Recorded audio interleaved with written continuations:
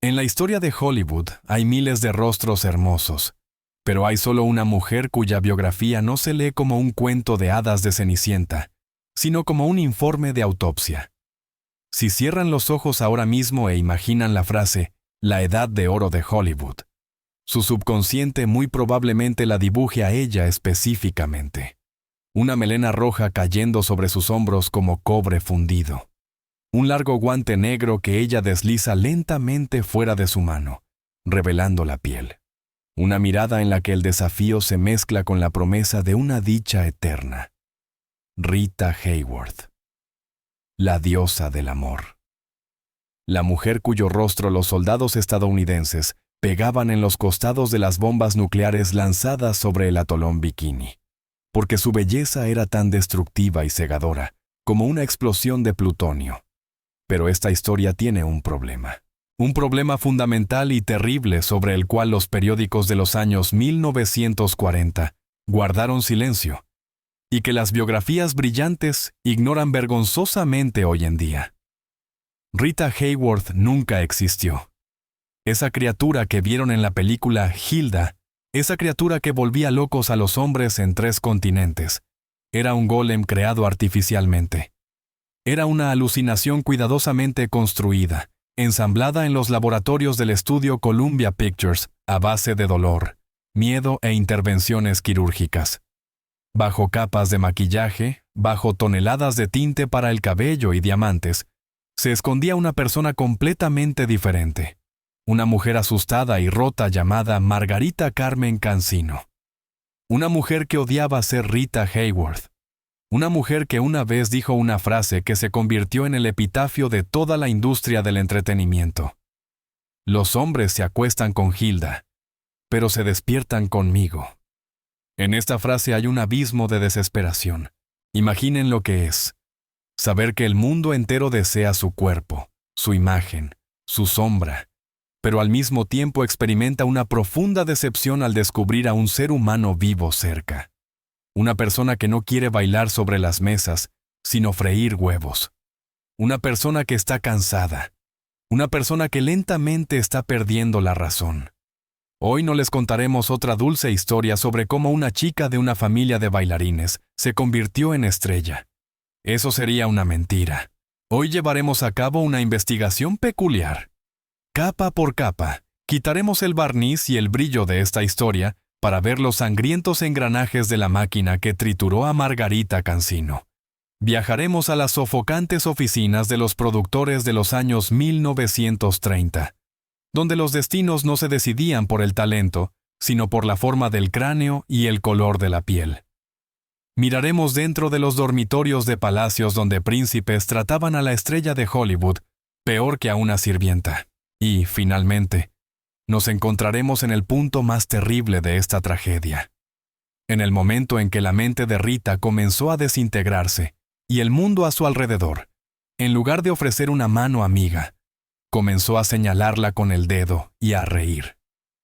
Ustedes sabrán por qué su famosa melena roja no es un regalo de la naturaleza, sino una cicatriz de tortura. Sabrán por qué la persona que debería haberla protegido de todos los monstruos del mundo, su propio padre, se convirtió él mismo en el primer monstruo de su vida, y entenderán por qué su muerte por la enfermedad de Alzheimer no fue solo una tragedia médica, sino el resultado lógico de una vida en la que se le prohibió ser ella misma. Esta historia los obligará a mirar las viejas películas en blanco y negro de manera diferente. Porque ahora, al mirar la sonrisa cegadora de Rita Hayworth, no verán alegría. Verán los dientes apretados de la supervivencia. Prepárense. La realidad que se esconde detrás del mito de la diosa del amor resultará ser más dura que cualquier guión que Hollywood se haya atrevido a escribir jamás. Si creen que es necesario hablar en voz alta sobre tales páginas oscuras de la historia, apoyen el video con un me gusta. Suscríbanse al canal y toquen la campana para no perderse las siguientes investigaciones. Escriban en los comentarios qué piensan. ¿Valió la pena la fama eterna de Rita Hayworth a un precio tan terrible? Y asegúrense de corregirme si notan alguna inexactitud en los hechos. Para darse cuenta verdaderamente de la profundidad de la tragedia, Necesitamos regresar al Hollywood de mediados de los años 1930. Olviden la tolerancia moderna, la diversidad y la inclusión. Ese Hollywood era un mecanismo rígido, binario y absolutamente racista. El mundo del cine estaba dividido en dos partes desiguales. Estaban los anglosajones blancos, que interpretaban a héroes, amantes y salvadores del mundo, y estaban los otros étnicos, cuyo papel se reducía al fondo. Si eras latinoamericano, tu escalera profesional tenía solo 2 escalones. Los hombres interpretaban a bandidos con cuchillos entre los dientes o a jardineros perezosos. Las mujeres interpretaban a bailarinas exóticas en cabarets o a sirvientas que sirven el desayuno a los amos blancos. No había una tercera opción. En este sistema de coordenadas, Margarita Carmen Cancino no tenía ninguna posibilidad de convertirse en una estrella de primera magnitud. Cuando cruzó por primera vez el umbral de la oficina de Harry Cohn, el todopoderoso jefe del estudio Columbia Pictures, ella tenía solo 18 años.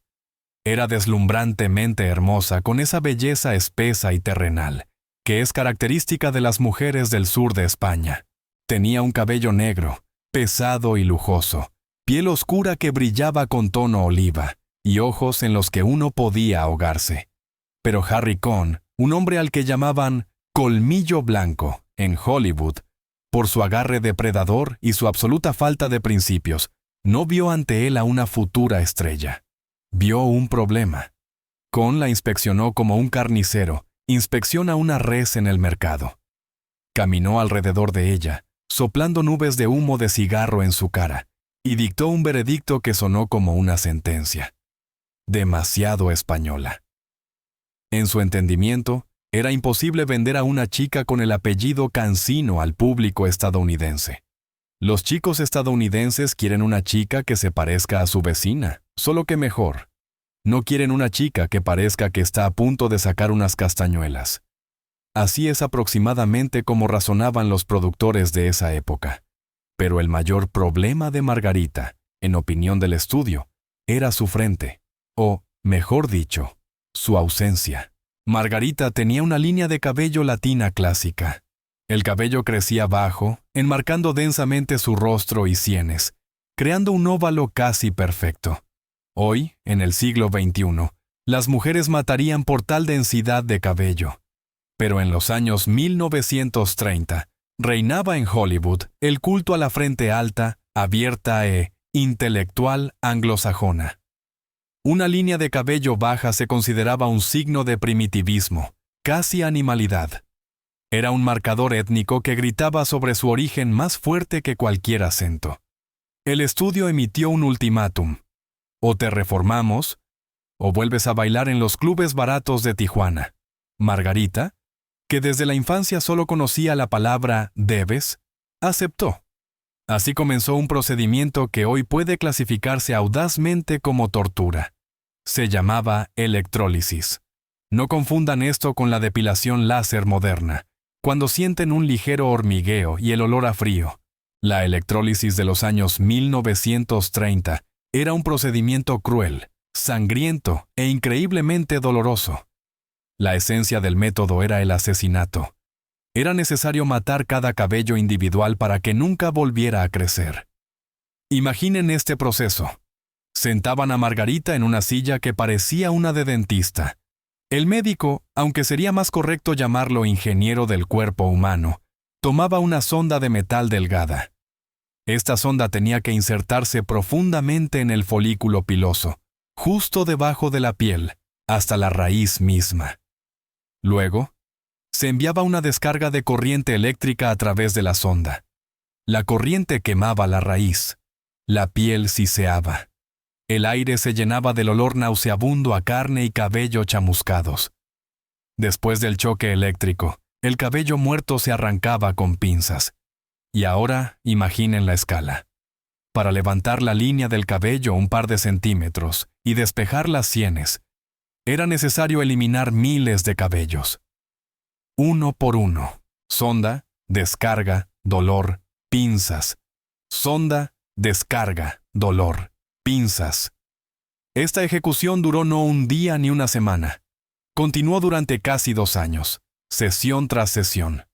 Margarita llegaba a la oficina, se acostaba en la silla, y durante horas soportaba cómo su rostro era liberado lenta y milimétricamente de su herencia española. Su frente se hinchaba, cubierta de costras y cicatrices que necesitaban ser tratadas para luego continuar la tortura. Le daban analgésicos, pero su sistema nervioso seguía al límite. Era violencia física elevada al rango de un procedimiento cosmético. Pero el cabello fue solo el comienzo. El estudio declaró la guerra a su piel. Harry Cohn odiaba su tono oscuro. Se le prohibió estrictamente aparecer bajo el sol. La mujer que creció en la costa de California fue encerrada en la sombra. Su piel fue blanqueada con cremas especiales y cubierta con una gruesa capa de maquillaje color marfil para ocultar cualquier indicio de su verdadera raza. El toque final fue el cambio de traje. Su lujoso y profundo cabello negro, el orgullo de sus antepasados de Sevilla, fue despiadadamente decolorado con productos químicos y repintado en ese famoso color rojo fuego. El rojo no fue su elección, fue la elección de los tecnólogos del estudio, quienes decidieron que el Technicolor, la nueva tecnología de cine en color, transmitiría mejor específicamente el espectro rojo. Ella no se convirtió en una mujer, se convirtió en una mancha de color para la cámara. Y finalmente, cuando el cuerpo estuvo listo, llegó el momento de matar el nombre. Margarita Cansino. Sonaba demasiado complicado, demasiado largo, demasiado ajeno. El estudio revisó docenas de opciones, hasta que se decidió por el apellido de soltera de su madre, Hayworth. A él agregaron el nombre corto y resonante, Rita. Rita Hayworth. Sonaba estadounidense, sonaba seguro. Sonaba como el nombre de una mujer a la que podrías llevar a casa para conocer a mamá. El momento en que se completó la transformación se convirtió en el punto de no retorno.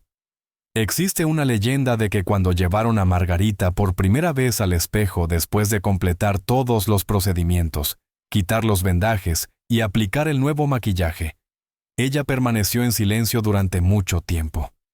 Una mujer increíblemente hermosa la miraba desde el espejo. Tenía una frente alta y aristocrática, piel blanca como la nieve y rizos rojos brillantes. Pero esta mujer era una extraña. Margarita Cansino murió en esa silla. Reflejada en el espejo estaba Rita Hayworth, un homúnculo cultivado en el tubo de ensayo de las ambiciones de Harry Cohn. Los psicólogos dicen que un cambio tan radical de apariencia bajo presión externa siempre conduce a una profunda disociación. Una persona deja de percibir su cuerpo como propio. El cuerpo se convierte en un instrumento, un disfraz, un inventario de trabajo. Esto es exactamente lo que le sucedió a Rita. Aprendió a encender a Rita Hayworth a la orden de acción. Aprendió a sacudir su cabello, a sonreír con esa misma sonrisa y a irradiar sexualidad. Pero por dentro, detrás de esta armadura brillante, una pequeña niña española se encogía en una bola, adolorida, asustada y con frío. Ella pagó el boleto de entrada a Hollywood con su identidad.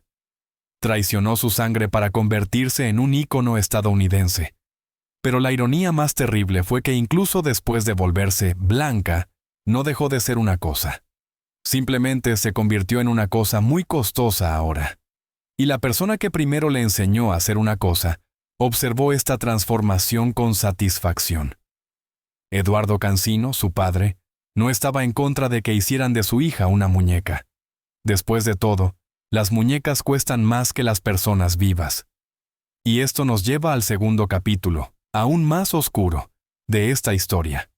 A la traición que la rompió mucho antes de que una sonda eléctrica tocara su frente.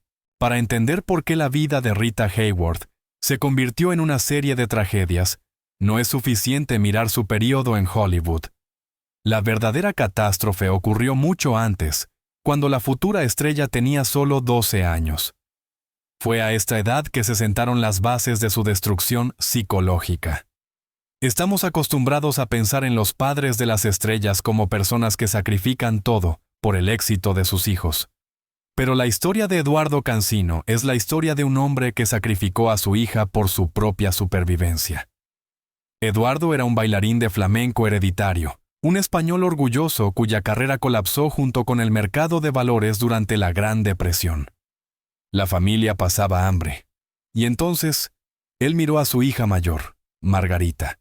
Era una niña regordeta y tímida que odiaba bailar y soñaba con una sola cosa: jugar con sus compañeros. Pero Eduardo no vio en ella a una hija. Vio un activo en ella. Un día, la infancia terminó. La sacó de la escuela. Los libros de texto fueron reemplazados por castañuelas y los amigos de la escuela por visitantes borrachos de establecimientos dudosos. Dado que en California regían leyes estrictas sobre el trabajo infantil, Eduardo tomó la decisión de trasladar su negocio familiar a Tijuana, México.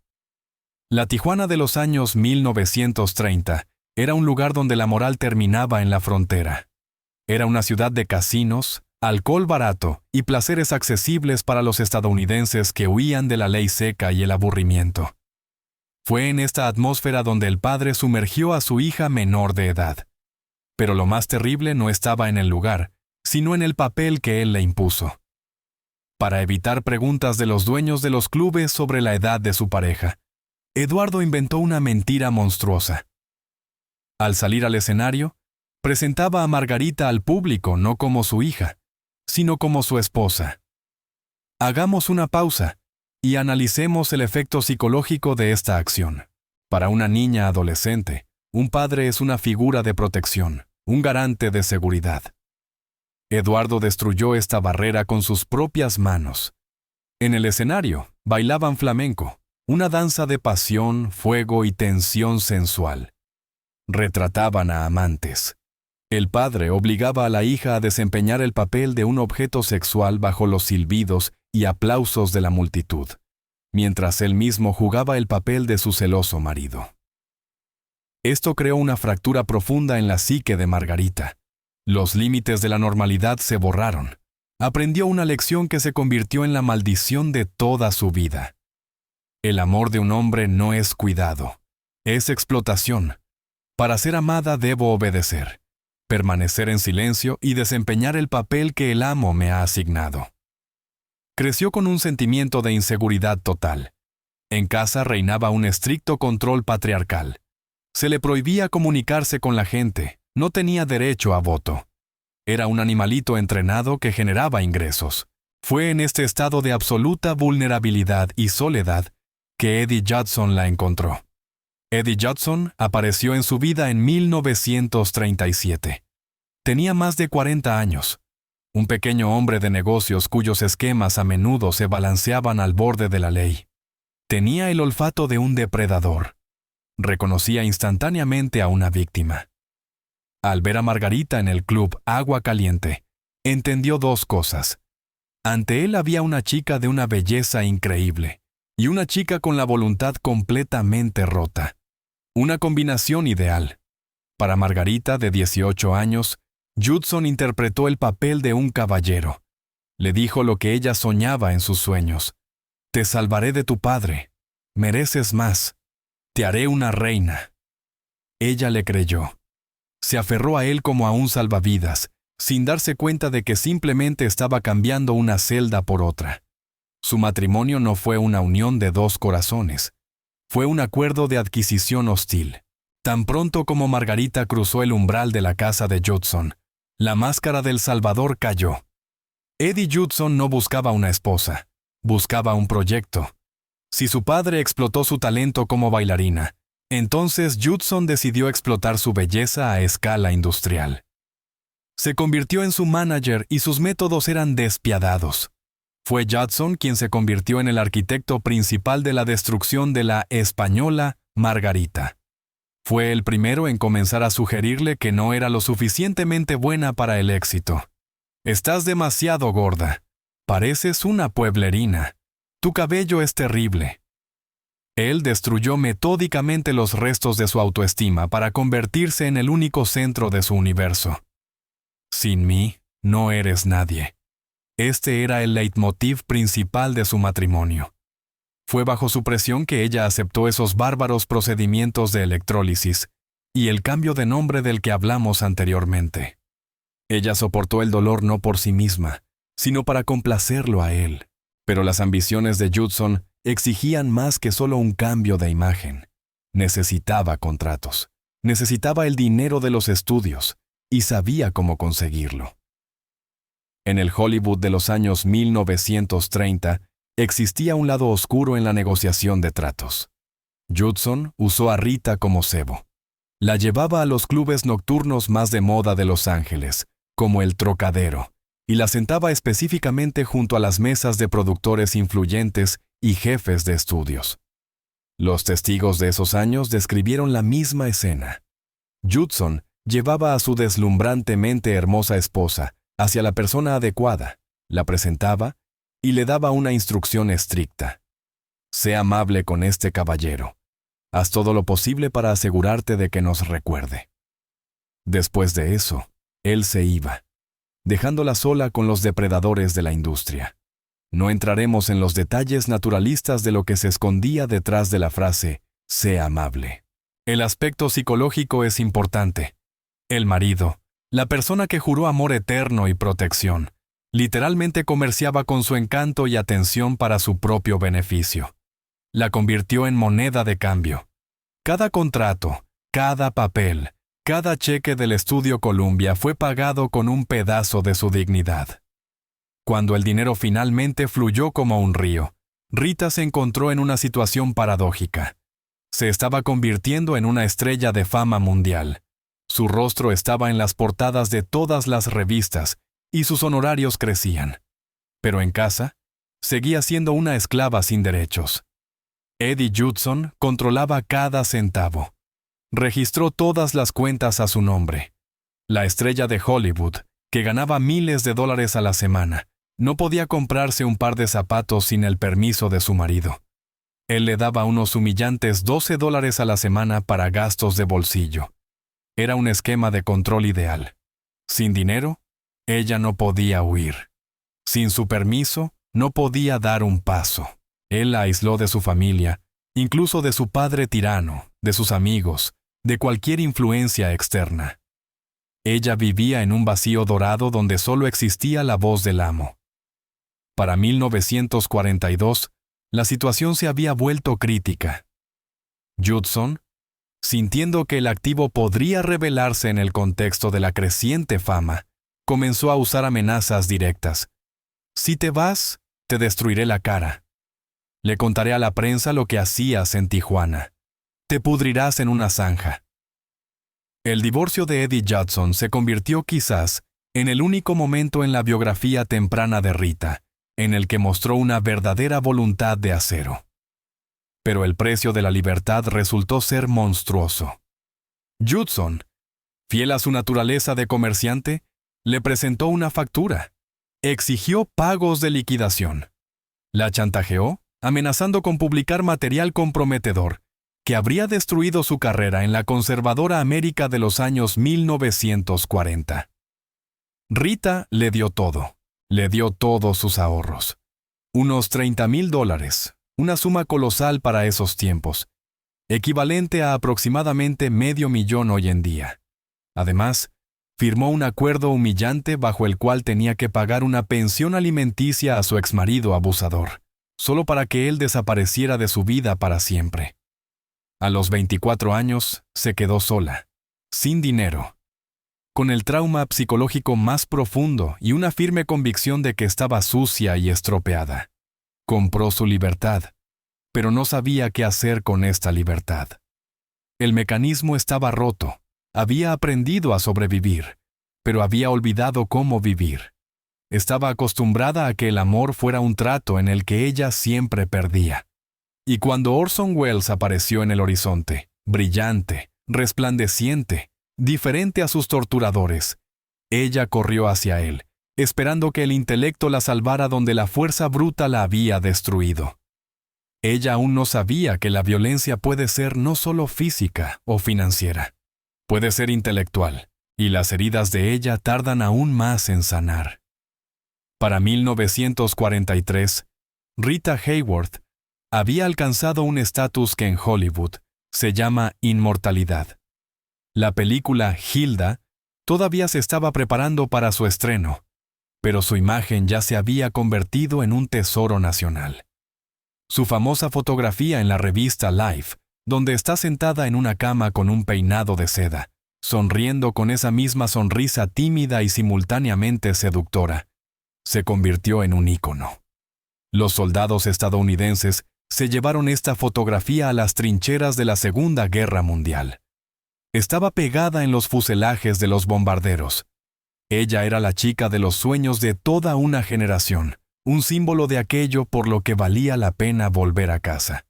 Y fue en este momento del cenit de su fama que Orson Welles apareció en su vida. Su encuentro fue como la colisión de dos galaxias diferentes. Por un lado, Rita, la encarnación de la belleza física, los instintos y el glamour de Hollywood. Por el otro, Orson Welles, el chico de oro de América, un prodigio que asustó al país con la obra de radio La Guerra de los Mundos, y dirigió la mejor película de todos los tiempos, El Ciudadano Kane, a los 25 años. Era un intelectual, un snob, un rebelde y un genio con un ego gigantesco. Cuando Welles vio esa misma foto en la revista Life, la señaló con el dedo y les dijo a sus amigos una frase con la que no comienzan las historias de gran amor, sino las historias de una gran cacería. Quiero a esa mujer. Piensen en la redacción. No quiero conocerla, no parece interesante, sino quiero a esa mujer. Como uno quiere un auto caro o una pintura rara, él no conocía a Margarita Cansino. No había visto ni una sola de sus películas. Simplemente quería poseer el símbolo más popular de América. Era el capricho de un genio que quería obtener el mejor juguete de la tienda para probar su superioridad. Inicialmente, Rita rechazó los encuentros. Después de los horrores del matrimonio con Eddie Judson, quien era simplemente un proxeneta con un traje caro, tenía pánico a los hombres. Pero Welles encendió todo su poderoso encanto. Cuando finalmente se conocieron, Rita quedó atónita. Después del primitivo y crudo Judson, que hablaba solo de dinero y contratos, Welles le pareció un ser de un orden superior. Hablaba con un hermoso barítono, citaba a los clásicos y discutía sobre política, guerra y arte. No la obligaba a acostarse con productores. La miraba con admiración. Rita, que había sufrido toda su vida de un profundo complejo de inferioridad, debido a la falta de educación, recordemos que apenas terminó la escuela primaria antes de que su padre la llevara al escenario, vio en él no solo a un amante, vio a un maestro, un Pigmalión, un hombre que llenaría su vida vacía de significado. Ella esperaba que su intelecto se convirtiera en su escudo contra la crueldad del mundo. Se casaron en septiembre de 1943. La prensa se volvió loca. Los titulares de los periódicos gritaban, «La bella y el cerebro». La sociedad estaba encantada. Su muñeca viviente favorita se había ido con su genio favorito. Parecía el final perfecto. Pero tan pronto como las puertas de su mansión se cerraron, comenzó una realidad que se convirtió en una tortura sofisticada para Rita. Muy rápidamente, Orson Welles descubrió una cosa terrible para su ego. No se había casado con una misteriosa femme fatale. Se había casado con una chica española sencilla, doméstica y tímida. Rita odiaba las reuniones sociales. Quería la felicidad burguesa más simple. Ella misma cocinaba las cenas, le encantaba trabajar en el jardín y quería que su marido llegara a casa temprano para poder escuchar la radio juntos. En casa, se quitaba la máscara de Hilda en el umbral y se convertía en Margarita. Esto comenzó a enfurecer a Welles. Su ordinariedad lo irritaba. Él esperaba que a su lado hubiera una musa, igual a él en escala, con quien pudiera discutir los destinos de Europa. Pero consiguió un ama de casa que sueña con freír pollo. Y en lugar de aceptarla y darle el amor que necesitaba, comenzó un proyecto de su mejoramiento. Esta era una violencia de un tipo diferente, no física, sino intelectual. Los amigos de Welles comenzaron a reunirse en su casa, la élite de esa época, escritores, políticos, diplomáticos, actores de teatro intelectual. Eran veladas de alta tensión. Rita se sentaba a la cabecera de la mesa, paralizada por el terror. No entendía sus chistes. No conocía el contexto de sus argumentos sobre Roosevelt. Permanecía en silencio, temerosa de abrir la boca y soltar una estupidez que deshonraría a su marido. Ella veía cómo cambiaba la mirada de Orson. Al principio era condescendencia, luego aburrimiento, luego irritación no disimulada. Él comenzó a avergonzarse de ella. Podía poner los ojos en blanco ante un comentario de ella o interrumpirla a mitad de una frase, cambiando la atención a un interlocutor más inteligente. Él le daba libros, tratados filosóficos complejos, Hemingway, Shakespeare. Rita, como una estudiante diligente, intentaba leerlos, pasando el dedo por las líneas, pero no podía abrirse paso a través de los textos complejos. Se sentía como una nulidad. Eddie Judson golpeó su autoestima llamándola gorda. Wells la golpeó dejándole claro que era estúpida. Para una mujer que desesperadamente quería ser buena, esto era insoportable. Ella le dio una hija, Rebecca, en 1944, esperando que una niña salvara su matrimonio. Pero Wells ya se había enfriado para ese momento. Desaparecía cada vez más a menudo en rodajes. Se iba a Nueva York, dejándola sola en una enorme casa vacía con una niña y un sentido de su propia inferioridad. La culminación de esta destrucción fue la película La Dama de Shanghái, que se estrenó en 1947. Para ese momento, su matrimonio ya se estaba deshaciendo. Wells, necesitado de dinero, decidió filmar un noir, con su esposa en el papel principal. Pero su visión de director se convirtió en un acto de venganza pública. Decidió destruir la imagen de Rita Hayworth, creada por el Hollywood que odiaba, para demostrar su poder sobre ella. La escena que ocurrió el primer día de rodaje pasó a la historia del cine como un acto de vandalismo. El principal activo de Rita, su tarjeta de presentación y fuente de poder, era su largo y lujoso cabello rojo. El estudio Columbia lo había asegurado por millones. ¿Qué hizo Wells? Invitó a la prensa para capturar este momento. Rita se sentó en la silla del peluquero. Wells dio la orden. El peluquero tomó las tijeras y comenzó a cortar. El suelo quedó cubierto de sus famosos mechones. Rita lloraba mirándose en el espejo, pero no se atrevió a objetar a su genio marido. Pero Wells no se detuvo en un corte de pelo juvenil. «Tíñela», ordenó. ¿De qué color? Rubio platino.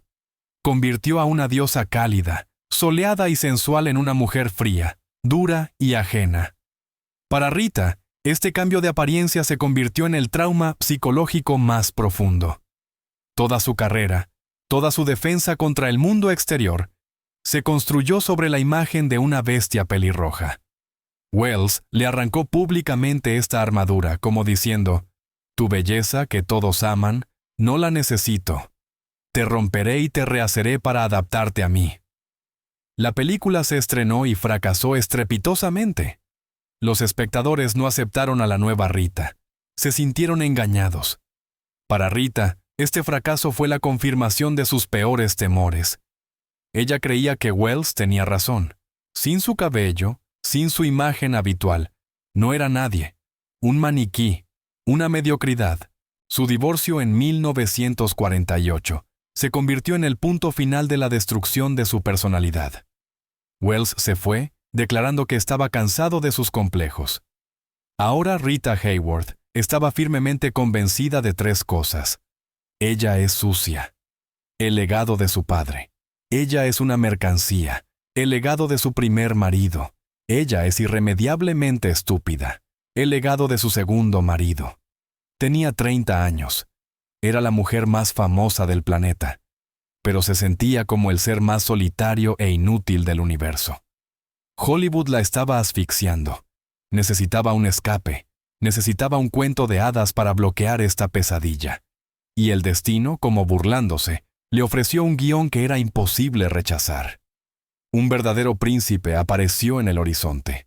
Si la vida de Rita Hayworth fuera un melodrama clásico, debería haber terminado en este momento. La pobre chica, habiendo sobrevivido a tanto sufrimiento, conoce a un príncipe que se la lleva a un castillo. Créditos. Final feliz. Pero la realidad no conoce el género cuento de hadas. La realidad es un thriller.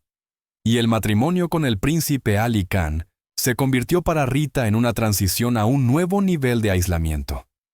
Ali Khan no era solo un rico heredero. Era el hijo del Aga Khan III, el líder espiritual de millones de musulmanes ismaelitas y uno de los hombres más ricos del mundo. Era un hombre sin fronteras, un habitual en las carreras de Ascot, los casinos de Montecarlo y las reuniones sociales en París. Cuando comenzó a cortejar a Rita, llenó su habitación con miles de rosas, pero su regalo principal no fueron las flores. Lo principal fue la promesa. Ya no necesitas trabajar. No necesitas soportar la tiranía de Harry Cohn. No necesitas levantarte a las 5 de la mañana para maquillarte. Te daré un mundo donde serás simplemente una mujer y no una actriz. Para Rita, agotada por el trabajo forzado en el estudio y la presión intelectual de Wells, esto sonó como el sonido de una cerradura abriéndose en la puerta de una prisión. Ella creyó. Cometió un acto inaudito para una estrella de su magnitud. Rompió contratos. Mandó a Hollywood al diablo y se fue a Europa. La boda tuvo lugar en Cannes. Fue el primer evento mediático global. Rita Hayworth se convirtió en la primera princesa de Hollywood. Los periódicos se ahogaban de deleite. Cenicienta ha encontrado su felicidad. Pero tan pronto como se apagaron los flashes de las cámaras, Rita descubrió que había cambiado una jaula por otra. Solo que los barrotes de esta nueva jaula estaban hechos de oro puro. En primer lugar, cayó en un completo aislamiento cultural. El entorno del príncipe, la más alta aristocracia europea, hablaba francés. Rita no lo sabía. Imaginen una cena en un palacio. Diplomáticos, condesas y reyes en el exilio están sentados a la mesa. Discuten cosas inaccesibles para el entendimiento de Rita. Y entre ellos se sienta ella, la mujer más hermosa del mundo, que no puede decir una palabra. La miraban como a un hermoso animalito. Mira a quién atrapó nuestro Ali. Se leía en sus miradas. Ella se sintió nuevamente estúpida, inapropiada, superflua. El fantasma de Orson Welles la perseguía aquí también. Pero el principal problema era el propio Ali Khan. Muy rápidamente resultó que el príncipe trataba a las mujeres de la misma manera que a sus caballos de carreras de pura sangre. Era un coleccionista. El matrimonio con la diosa del amor fue la finalización de la casa para él. El trofeo fue obtenido, colocado en el estante, y el interés del cazador se desvaneció. Mientras Rita se sentaba en casa, embarazada de su hija Yasmín, tratando de crear esa misma comodidad con la que soñaba, Ali Khan regresaba a su estilo de vida habitual de playboy. Desaparecía en casinos y bailaba con antiguas amantes en bailes. Y esto no era un secreto. Las fotografías de sus aventuras se imprimían en todos los periódicos a la mañana siguiente. Fue una humillación de escala planetaria. El mundo entero vio al príncipe descuidando a Rita Hayworth. Estaba encerrada en un palacio. No tenía dinero propio, ni amigos, ni derecho a voto. Era solo una hermosa adición al interior. Rita soportó el engaño. Desde la infancia le enseñaron que los hombres hacen lo que quieren. Pero en 1951 ocurrió un colapso. Ella se dio cuenta de la amenaza para su hija. La familia de Ali Khan planeaba tomar a la pequeña princesa Yasmín y criarla en tradiciones estrictas, aislándola completamente de su madre y del mundo occidental. Rita vio en esto una repetición aterradora de su propio destino. Nuevamente un padre y un abuelo deciden todo por la niña, privándola de voluntad. La rabia de una madre acorralada despertó en ella. Entendió. Si se quedaba, el mismo destino le esperaba a su hija. Ser una muñeca rica, hermosa, pero sin derechos. Rita protagonizó una fuga. Fue una verdadera operación especial. Reunió a las niñas, Yasmín y Rebeca, Tomó un mínimo de cosas y huyó a América, temiendo que la influyente familia de su marido intentara interceptarlas en la frontera. Regresó a Nueva York, pero este no fue el regreso triunfal de una reina, fue el regreso de una refugiada. El acuerdo prenupcial con Ali Khan fue redactado astutamente. Tras el divorcio, ella recibía centavos. Era una madre soltera 2 veces divorciada, sin hogar, sin ahorros y sin trabajo. Y aquí el círculo se cerró con una crueldad monstruosa, casi bíblica. Para sobrevivir, para alimentar a sus hijas, tuvo que ir e inclinarse ante la única persona que siempre esperó su derrota. Ante Harry Cohn, ante Colmillo Blanco, ante el hombre que comenzó su destrucción con la electrólisis. Entró en su oficina, rota y cansada. Cohn, triunfante, le ofreció un nuevo contrato. Pero ahora, solo él dictaba los términos. Ella nuevamente se vendió como esclava al estudio Columbia. Regresó al set. Las cámaras se encendieron de nuevo. El mundo vio a Rita Hayworth otra vez. Pero nadie notó que la mujer que regresó de Europa estaba irreversiblemente rota.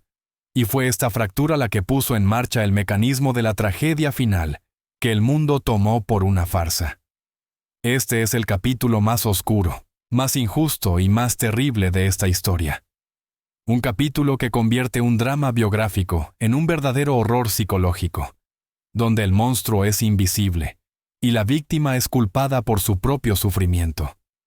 Cuando Rita regresó a Hollywood, tenía solo 30 y tantos años. Exteriormente, seguía siendo esa misma Rita Hayworth, deslumbrante, pelirroja, con una figura perfecta. Las cámaras la amaban como antes. Pero tan pronto como comenzó el trabajo, algo inexplicable sucedió en el set. Rita, que había pasado por la escuela de disciplina más dura bajo su padre, y poseía una memoria fenomenal para los movimientos y el texto, de repente comenzó a fallar. Llegaba tarde. Podía sentarse en el camerino durante horas, mirando fijamente a un punto. Pero lo más terrible, comenzaba después de la orden «acción». No podía recordar las líneas más simples. Ella, una profesional de la clase más alta, requería 30, 40, 50 tomas para decir una frase. Durante el rodaje, miraba a sus compañeros con una mirada vacía y asustada, tratando de encontrar palabras en su cabeza que acababa de leer, pero solo encontraba ruido blanco allí. Y entonces, por impotencia y horror, de repente explotaba con destellos de rabia. Gritaba, tiraba cosas y lloraba. El veredicto de Hollywood fue instantáneo, cínico y perentorio.